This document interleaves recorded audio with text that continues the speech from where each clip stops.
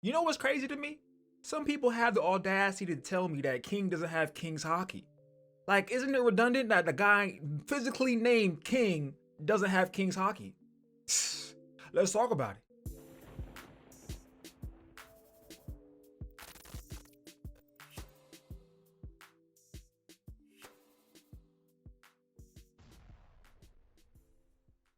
For the man who's the top performer in the Beast Pirates army, who's basically side by side with Kaido when they're standing next to each other, who wears a gimp suit, who has a sword, who has black wings with fire, and who wears a mask, with all those traits, that has the makings of a badass character. I don't know what else to tell you guys, but we're not here to talk about if he's badass or not. We're here to talk about if he has King's Haki or not. And there's three people who gave almost concrete answers as to whether or not someone has King Haki or what it actually is. First, we're going to talk about Trouble. Trouble states that having Conqueror's Haki is having the qualities of a king and being chosen by the heavens.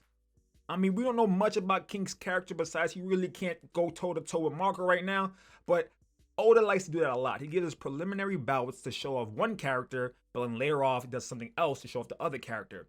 But for King's perspective, him finding Marco with Queen and not really being able to take advantage does take a hit on the Conqueror's Haki void, but Kaido specifically said to Luffy that I don't need any more Conquerors on my squad.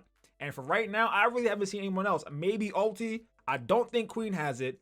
I think maybe Who's Who. Maybe because Who's Who's character is there's a lot of layers to that one.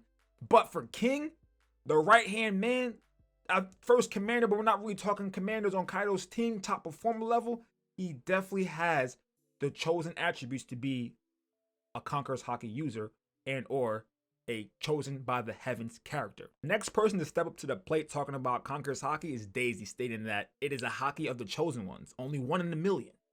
And one thing about Kaido is that he loves strength.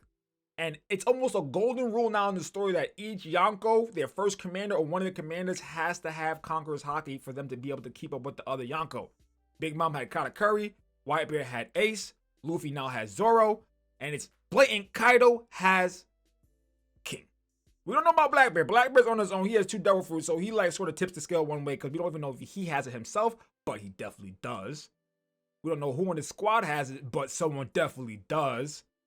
But for King, he's definitely one of the chosen ones because he's chosen by Kaido strictly based on his strength, and Kaido already specifically stated he does not need any more conquerors on his team. Why I skipped over Shanks is because we don't know anything about his crew.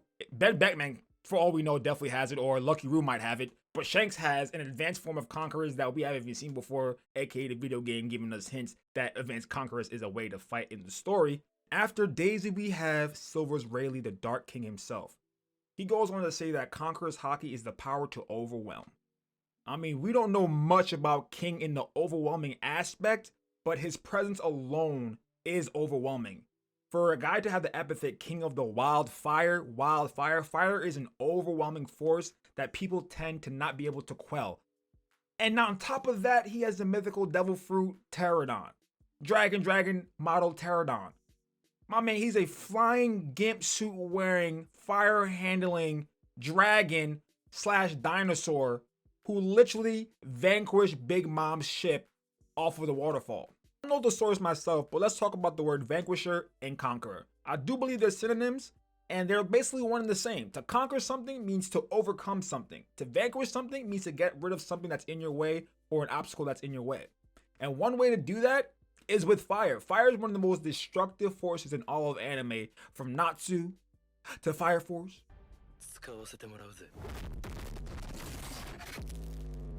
to Dialbe Jambe. Like, the list goes on. I gave you 3 basic examples, but those 3 examples are good enough to show you why fire is a strong force or an overwhelming force in almost all written stories. King of the Wildfire. King of Fire. The way Advanced Conquerors is going right now, it definitely looks like it gives you the ability to control something in nature. Whether it be fire, wind, thunder, lightning, Thunder Bagua, Fulgora, Wind Scythes, the list goes on. But for King's specific character, I do believe his ability to use Conqueror's Haki has something to do with fire. And the fact Orochi set the whole castle on fire will be a big thing in the story for King to actually show off why his epithet is king of the wildfire. So my Lantern ones, now we have a basic grasp of what Conqueror's Haki is. Do you think King has Conqueror's Haki? Do you think he has the power to overwhelm? Do you think he was chosen? One in a million. Qualities of a king and chosen by the heavens. A vanquisher. A true conqueror.